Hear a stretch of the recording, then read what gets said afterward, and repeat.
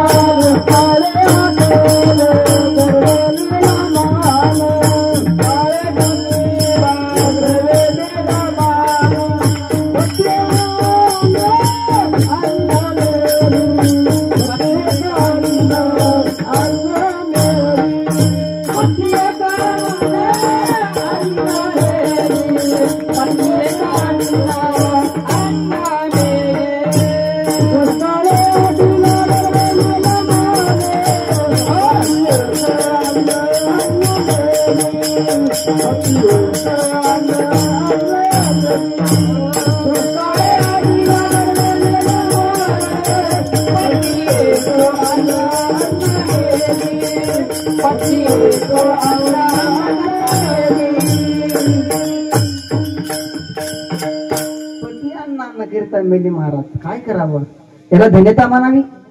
अहो तुकोबारा यांची गाढवावरती निवडणूक काढली आणि पत्नी सांगते अहो अशी तरी काय चूक केली की तुम्ही गाढवावरती निवडणूक काढतात. पहा तुकाराम महाराज उत्तर खूप सुंदर दिलं. त्या गोष्टीचं उत्तर तुकोबारा यानं खूप सुंदर दिलं. पाय मी तरी गाढवावरती आहो आणि ज्याने मला गाढवावरती बसवलं का ते खाली पायाने चालतात. त्यांच्या पायात चपल्या नाहीत, ऊन कडकडीत आहे तरी ते पायाने चालतात. अगं किती माझ्यावरती प्रेम करतात हे तुकोबारा मला स्वतः सांगतात. अहो ज्या वयात ज्यामुळे आपण भजन करतो, कीर्तन करतो, परमात्मा करतो त्याच्यामुळे देवाच्या अवतार कळले महाराजाच्या. त्याच्यामुळे सर्व गोष्टी कळाल्या आणि ती महाराज गाथा नुसती पाण्यात बुडवली का दगडा सहित पाण्यात बुडवली महाराज. कारण आपण चिंतन ऐकलं. देवी दगडा सहित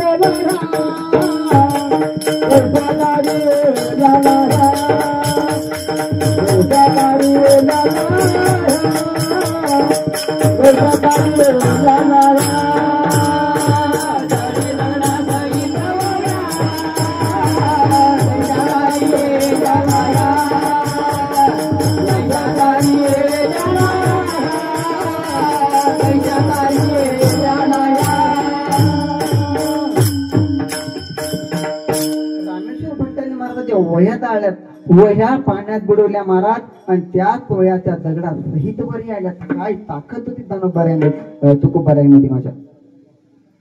मला सांगायला काही हरकत नाही की मला सांगही असं वाटते. सांगू चिमुकला घाट पण मोठा घाट घेऊ का. तुमची जर आज्ञा असेल तर घेतो.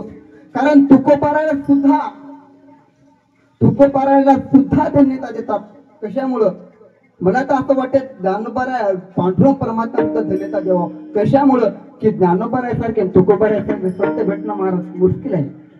काय ते देवाचं नशीब असेल, देवाचं नशीब आहे महाराज. ज्ञानोबासारखे तुकोबाऱ्यासारखे भक्त मिळाले द्यायला. मग तुकोबाऱ्याने एवढं सांगितलं. मग तुम्ही असं का सांगता की प्रपंच आणि परमात्मा सांगायचं केल्यावर ज्यावेळेस नाथ महाराजाला स्वप्न पडलं होतं. नाथ महाराज स्वप्न पडला असताना ज्ञानोबाऱ्याने उपदेश केला स्वप्नात जाऊन की महाराज माझ्या कंठाला जी आजान ऋषींची मुळी लागली ना ती काय करा तुम्ही काढा. त्यातून मला मुक्त कला. ती मला काय होते टोचती, ती मला रुतती, तिने मला त्रास होते. तर तुम्ही काय करा ती मुळी काढा.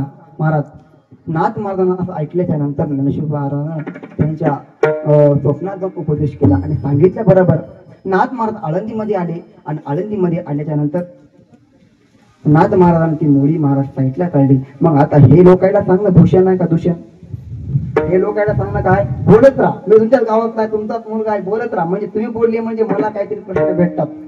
तुम्हीच नाही बोलले मग मला वाटते मी तरी काला बोबडावानी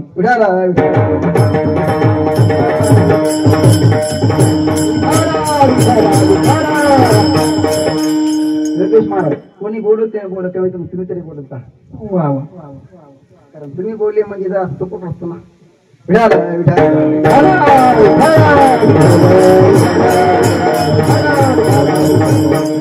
दुसरं जग असं पडलं की शास्त्र सांगते की एकदा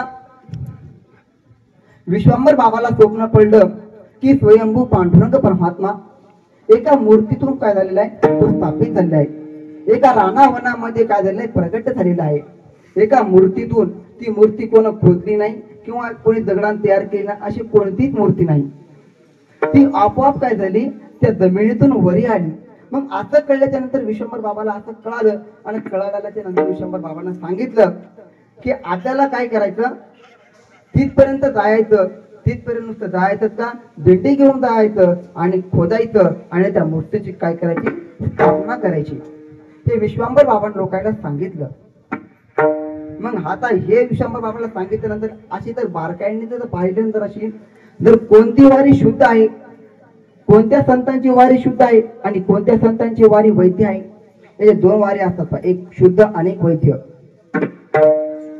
मग तुम्ही म्हणताल बाकीचे वाऱ्या देवाचे असतात, संत तुकोबाराचे असतील, नाथ महाराज असतील, गोरोबा काकाचे असतील, धनाबाईचे असतील, मुक्ताबाईचे असतील, बरेच संतांचे असतील. पण त्यांची कशी आहे, वैद्य आहेत. मग शुद्ध कोणाची आहे, मग शुद्ध कोणाची आहे तर जगद्गुरु तुकोबारायांची. का, मामा, कारण तिथं स्वयंभू पांडुरंग परमात्मा एका मूर्तीतून स्थापित झालेला आहे. म्हणून ती वारी कशी म्हटल्या जातं, शुद्ध म्हटल्या. हे भूषण आहे, भूषण आहे हे सांगणं मात्र लोकांना काय भूषण आहे. काशी क्षेत्रातून एक ब्राह्मण भाऊ आले आणि ब्राह्मण भाऊ आल्याच्या नंतर एक ब्राह्मण भाऊ आले, नाथ महाराज आले. नाथ महाराज आपला परिचय करून दिला की काशी शहरातून आलेला अनन्य पुजारी काही. मग असं म्हटल्याच्या नंतर ब्राह्मण भाऊ म्हणले, होतो येण्याचं कारण तरी काय. मग त्यांनी सांगितलं की माझ्या स्वप्नात कोण आलेला होता, स्वयंभू पांडुरंग परमात्मा काय होता, आलेला होता. मग आलाय म्हणल्याच्या नंतर आमचे गुरुनाम गुरु मामासाहेब दांडेकर सांगायचे, गुरु महाराज पहिले शिष्य, 4 शिष्यापैकी एक शिष्य म्हटलं जातं. बरोबर.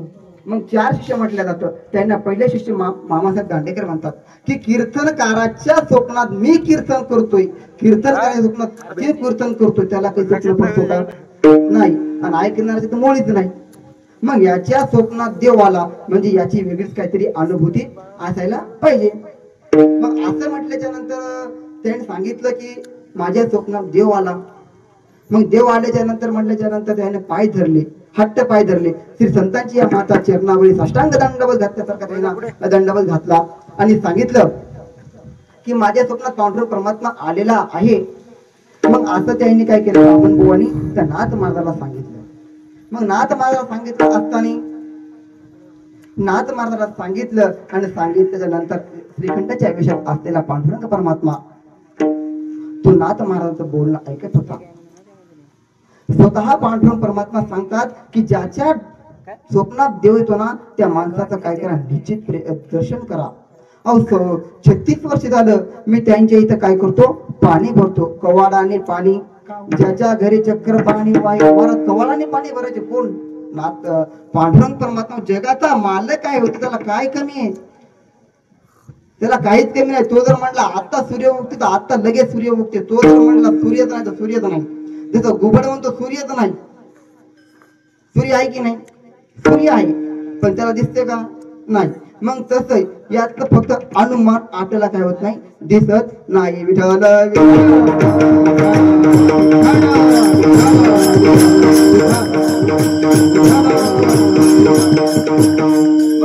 स्वतःचा परिचय सांगतात, अरे की माझ्या जीवनातलं काय झालंय, सर्वच गेलेलं आहे. मग धन्यता कोणाला द्यावी. समजा एखाद्या माणसाला तर 1 लाख रुपये लॉन्ड्री लागली, लागत नाही महाराज, मला पैसे देतानाचे गेले पण लागत एकाला नाही, पण कदाचित लागली तर तो काय म्हणतो, मी धन्य झालो. कशामुळे महाराज, त्याला 1 लाख रुपये भेटले म्हणून तो म्हणतो मी धन्य झालो 1 लाख रुपये देऊन. काही काही तर असे म्हणतात की मला पुत्र झाला मी धन्य झालो. काही काही तर एखाद्या बार कोणत्या कोणत्या गोष्टी उद्योत होतात, जे होत नाही ते होतात, त्याला धन्यता म्हणतात. मग असं असताना हे धन्यता देतात ना, मग हे धन्यता नेमकं आहे काय, हे धन्य धन्य धन्य धन्य धन्य नेमकं आहे काय, तर धन्य ज्याला होतो ना त्याला धन्य म्हणतात. विठ्ठल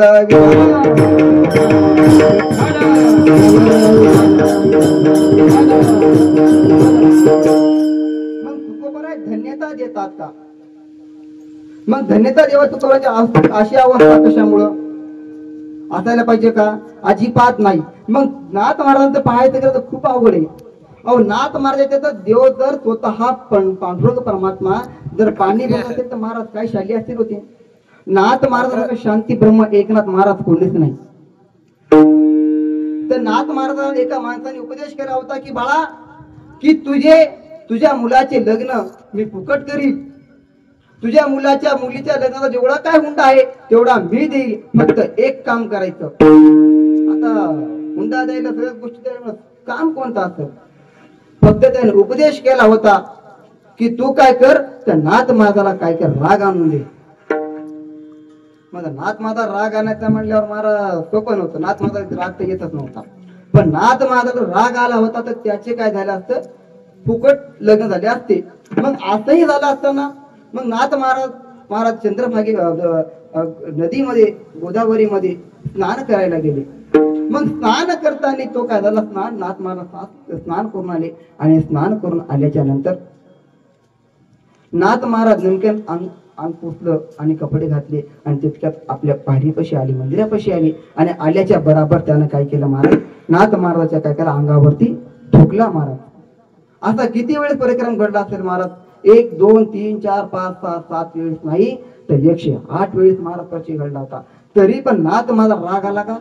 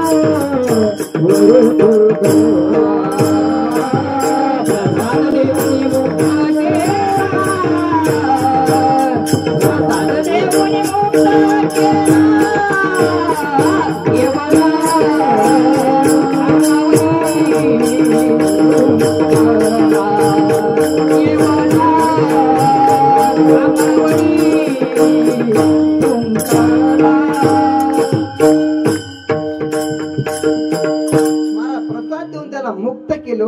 नाथ हा तोंड सुचला होता महाराज. नाथ महाराजांना चांगलं केलंय, प्रसाद दिलाय महाराज. किती वेळ चुकला? 8 वेळेस. अहो साधारण आपण जर एखादी गाडी चालत असेल, आपण जर एखाद्या गाडीवरती असेल, मोटरसायकलवरती असेल आणि एखादा माणूस जर फॉर्च्युनर मध्ये जात असेल तर समजा उदाहरणार्थ तो थुंकला तर वाऱ्यानं महाराज येणारच ना पाठीमागं. मग तो सहज आपल्या जर अंगावरती पडला तर आपली मोटरसायकल काय करतो महाराज? जितक्या स्पीडनं पाडतो, पळवतो. पण शेवटला फॉर्च्युनर आहे महाराज आणि मोटरसायकल हे काय पळणार? 120 स्पीडनं. पण ते किती स्पीडनं पळणार महाराज? मग तरी पण त्याला वरट्याक करतो. वरट्याक तर होत नाही, पण पळला ना. तुम्ही आलू शिरले का? पळल्याची हालत पाबर का? तुम्ही आलू शिरले ना, ते आलूचे कशा वरचे टरपले काढतो काहीच राहत नाही. पण नाथ महाराजांनी काय केलं? त्याला प्रसाद देऊन मुक्त केला. आपल्यावरती अंगावरती थुकला असता तर आपण त्याला मारल्याशिवाय राहिलो नसतो महाराज. हे त्याचा पहिला प्रयोग झाला. दुसरा प्रयोग त्यानं तयार केला. नाथ महाराज पूजेला बसले होते आणि नाथ महाराज पूजेला बसताना नाथ महाराज पूजा खूप कठीण होती. खूप सुंदर चालायची पूजा, नाही खूप सुंदर वाटायची, पण लयच कठीण होती. तेवढी आपल्याला बनतच नाही. आपली लय ते 10 मिनिटात पूजा की ओम नमः शिवाय की स्वच्छ ताणच नाही घ्यायचा, काहीच वेळ नाही लागत. सगळे देवता पाण्यात बुडवायचे, परत ह्याच्या चिरक्यान ठेवायचे. आपली पूजा तेवढी, त्याला गंध लावायचा, कुपाळाला कुकुल व्हायचं, फुलं व्हायचे, मोकळं व्हायचं. पण नाथ महाराज पूजा करायची. नाथ महाराज पूजा सुरू झाली. आता याला वाटलं बा आपल्या या विषय फिरत आला. दुसरा विषय मात्र दुसऱ्यांदा 10वी मात्र काय करायची? पास करायची. आता नापास झालो, फेल झालो, पुढच्या वर्षी एकदम चांगले मार्क घ्यायचे. आता एखादा लयच भाई असतो तुला 10 वर्ष दहावी निघत नाही. दुसरा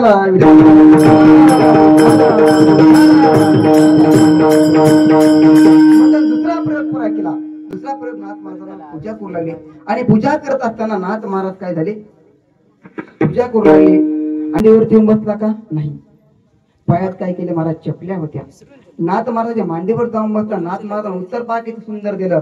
देवा, अरे पाय तुझे भक्त माझ्यापेक्षाही काय करतात, तुझ्या भक्तीमध्ये गुंततात, तुझ्या प्रेमामध्ये, तुझ्या भक्तीमध्ये काय होतात, ते गुंततात. अरे देवा, त्याने एवढं सुद्धा विसरलं, तुझी स्वतःची पायातली चप्पल सुद्धा तुझ्या भक्तीमध्ये काय केली, सोडली नाही. हे उत्तर माझ्या तुकोबाऱ्याने दिलं होतं.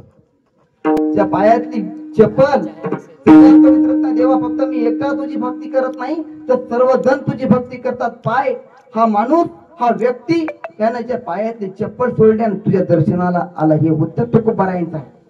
आता तुम्हाला सांगितलं मी, पुन्हा तुम्हाला परत सांगेन. आताच हा व्यक्ती, एक छोटा मुलगा आपल्या समोर चपल्यावर आला. आता कीर्तन चालू, पूजा चालू आहे का, पूजा चालू असं महाराजाला लय मारला असतो तुम्ही.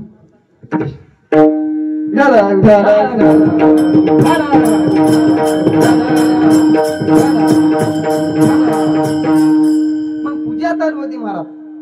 मग पूजा चालू असताना महाराज ते काय झाला, त्याच्यातही फेल पडला.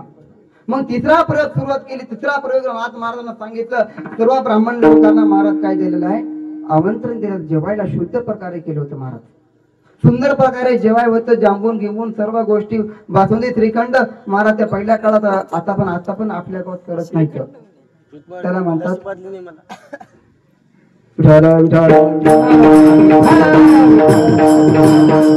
आपल्या गावातल्या बायाला, महाराष्ट्राच्या मराठवाड्यातल्या बायांना अजूनही कुठं माहिती नाही. त्याला मांड्या म्हणतात. मांड्या वेगळ्या, पुरण वेगळं, पुरणपोळी वेगळी, पोळी वेगळी, चपाती वेगळी, अशा प्रकारचं होतं. मग तशा मांड्या वेगळ्या, पुरणपोळी वेगळी. आपल्याला सारखं वाटते, पण नाही. पुरणपोळी हाताने तुटत नाही महाराज. ती मांडी अशी हाताला टच जर झाला तर महाराज ती पदार्थाला पूर्ण अन्न ब्रह्म म्हणतात. कोणत्या पदार्थाला पूर्ण अन्न ब्रह्म म्हणतात, ते सुद्धा जेव्हा होतं कोणतं, देशी गाईचं दूध. एखाद्या वेळेस एखाद्या मुलाला आपली आई आपल्या कमरेवरती घेते ना, तसं मी त्याला कमरेवरती घे महाराज, स्वतः शिरंदर झाला. नाथ महाराज उत्तर आहे, महाराज काय सुंदर उत्तर दिलं. अहो, आपल्या जर घरात ही घटना घडली तर त्याच्या अंगाचे 36 तुकडे करण्याची ताकद आपल्या माणसात आहे महाराज. त्याला शांती म्हणतात. शांती फक्त एकाच माणसाला म्हटलं जातं.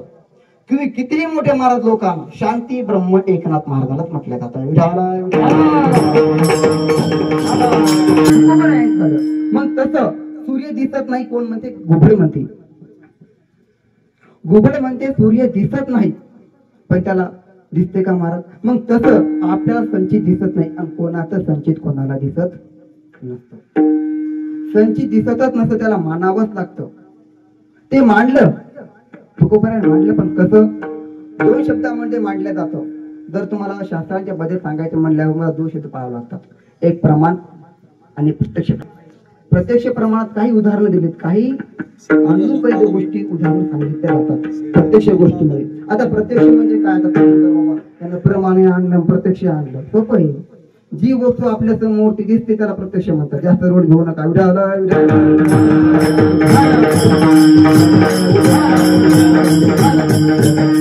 जी वस्तू आपल्या समोरासमोर दिसते त्याला त्या प्रकारचं काय, ते प्रमाण आहे.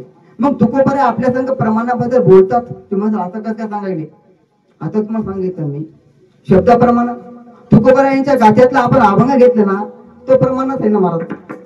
तो तुकोबारा बोलतातच ना, बोलत राहतातच ना. मग ते प्रत्यक्ष आणि संचित कशाला म्हणतात. जी गोष्ट दिसत नाही त्याला प्रत्यक्ष संचित मानावं लागतं. कसं मानावं लागतं, उदाहरण घ्या.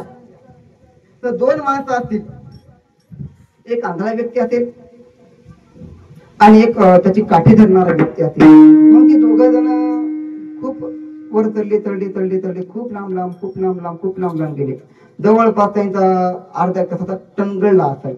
मग तशा तिथपर्यंत गेल्याच्या नंतर तिथं सहज पाहिलं की तिथं काय, तिथं भोपळे दिसतात. मग आता आंधळा व्यक्ती महाराज खूप हुशार असतो. कशामुळं, कारण त्याची नजर दिसत नाही, पण लक्ष मात्र असतं. उदाहरण घेऊन पहा. एखाद्या वेळेस आपण एखाद्या मौनला बसलो असतो ना, ध्यान करायला बसलो असेल ना, तर ध्यान करायला उदाहरणं पहा. ध्यान करायला डोळे काय उघडले जातात, कारण याचा अर्थ होतो की दुसरी नजर जर दुसऱ्याच्या घटनावरती घडली ना तर ती ध्यान काय होते म्हणून जाते. म्हणून आंधळ्या माणसाचं ध्यान नसतं, त्याचं दिमाग कुठं असतं, त्याचं लक्ष कुठं असतं, सगळं कोणावरती असतं, त्या माणसावरती असतं. त्याचं लक्ष फक्त ऐकण्यावरती असतं, बाकीची गोष्ट दिसत नाही म्हणून त्याचं असते. आपल्याला मला थोडा डोळा लावला की आता असं वेगळंच करावं लागते. चमचम चमचम चमचम लाईट चम केल्या आणि थोडंसं इकडे पाहिले गुचकन झालं मला.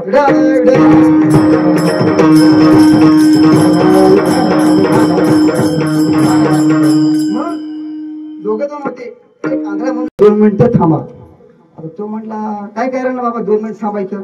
तो सहज सांगतो की इथं काय भोपळ्याचं झाड आहे, मी 1-2 काय करतो भोपळे आणतो आणि भाजीला आपल्याला होतील अशा प्रकारे त्यानं सांगितलं. सरदार महाराज मग सांगितल्या बरोबर त्यानं काय केलं, असं सांगितलं की आपण ते भाजीला आणतो. त्याला डोळे होते, त्याला गेला. मग त्यानं सांगितलं आंधळ्या मनुष्यानं पहा उदाहरण काय दिलं.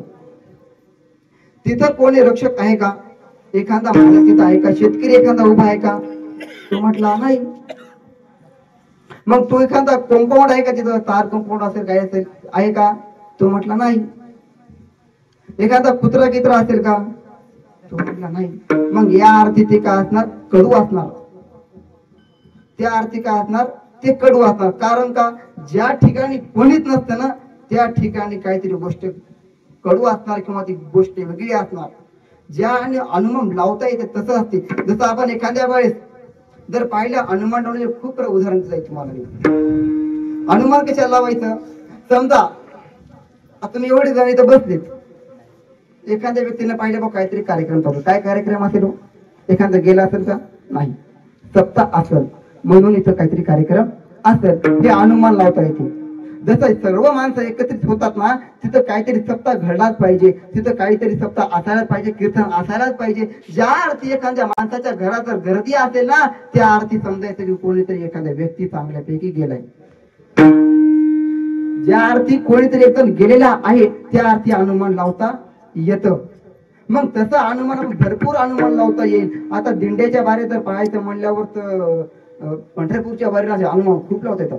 ते सांगू का अनुमान, ये पा येता दिंडी आता आपल्याच गावात मग तशी ती दिंडी स्वतःची आवडून सगळी पाहिल्या मिल्या सगळं उचलायच्या करायचं, परत गाड्या पाठवायच्या, ते त्यांचं जेवले आणि थोडा आवाज आणि जेवले असताना सर्वजण जेवले आणि जेवले असताना दोघं जण म्यासारखे होते. एकदम म्यासारखंच होता. अरे म्हटलं ते झाड रिकाम दिसायला म्हणला इथून, एकदम म्यापेक्षा भारी होता. मग त्याला अनुमान लावलं. त्याला अनुमान असा लावलं ज्या ठिकाणी कोणीच नसतं. मग आता एवढ्या गर्दीत जर एक झाड रिकाम असलं त्या अर्थी काहीतरी असायला पाहिजे. काय असायला पाहिजे समजून घे तुमच्या चेहऱ्यावरती.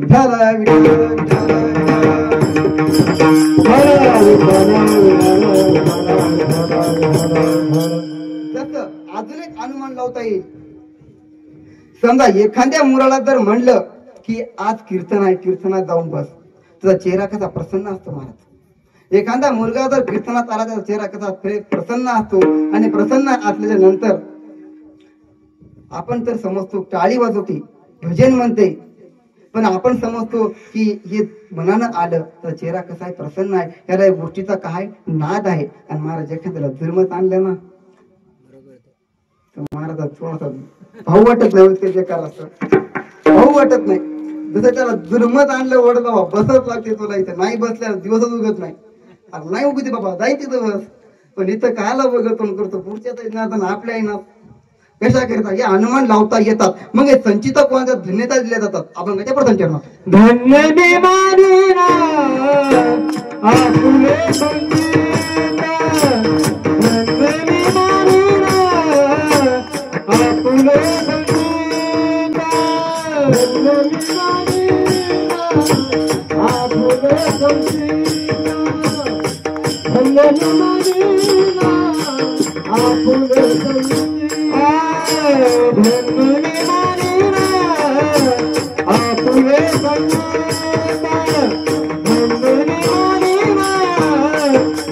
तुले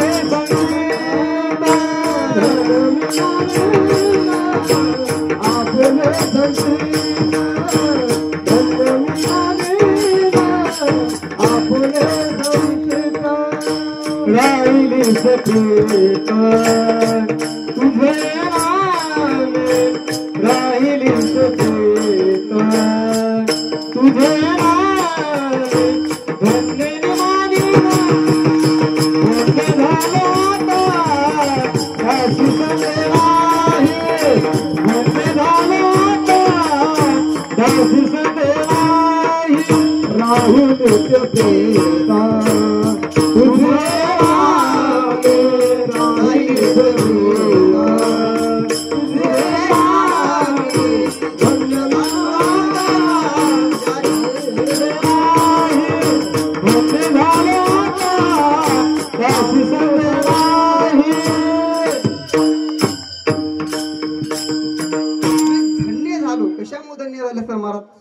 तर खालतं चरण पोहत आपण कोणतं राहिले से प्रीत तुझ्या नामी माझं प्रीत काय राहिलं त्या देवाच्या नामावरती उभं राहिलं त्या देवाच्या पांडुरंग परमात्म्याच्या पायावरती हृदयामध्ये काय झालेलं आहे माझं प्रीत उभं राहिलेलं आहे. जसं एखादा व्यक्ती तर गेला असेल वैकुंठवाशी गेला असेल किंवा तू सोडून गेला असेल तर त्याची काहीतरी प्रीत उरली पाहिजे. काय प्रीत उरायला पाहिजे. तुका म्हणे एक मरेची सरे उत्तमाची उरे कीर्ती मागे. महाराज काहीतरी उरलं पाहिजे. काहीच नाही उरलं काय का. अहो देह कशासाठी दिला महाराज. देह दिला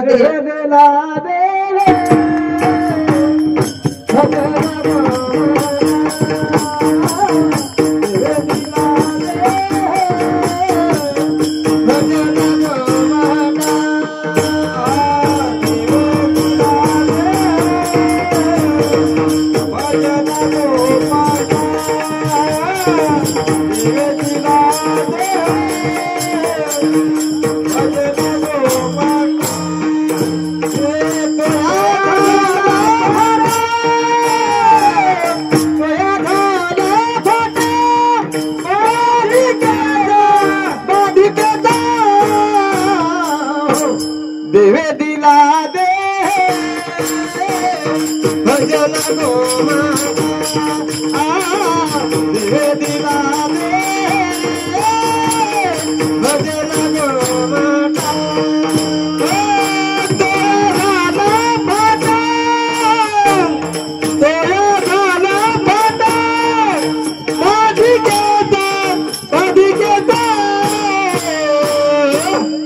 देवे दिला दे भजन गोमाता देवे दिला दे भजन गोमाता गोमाता. देह महाराज दिला कशासाठी दिलाय बदण्यासाठी दिलाय पण त्याचा आपण दुसराच उपयोग करून घेतो महाराज. इतका सुंदर नर देव महाराज इतका सुंदर शरीर दिलं देवानं. अहो समजा उदाहरणार्थ एखाद्याचा हात मोडला तर हाताला पैसे महाराज खूप लागतात पण देवानं एवढं मोठं शरीर महाराज फुकट देऊन टाकलो. दिले इंद्रिय हात पाय कान दिले इंद्रिय हात पाय कान डोळे मुख बोलाया वचन डोळे मुख बोलाया वचन देवे तू थोडासे नारायण देवे तू थोडासे नारायण नासे दिवे कान भवरुग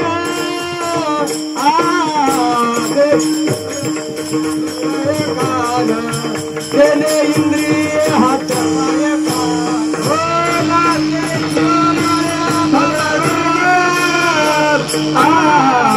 दिले इंद्रिय हात पाय कान दिले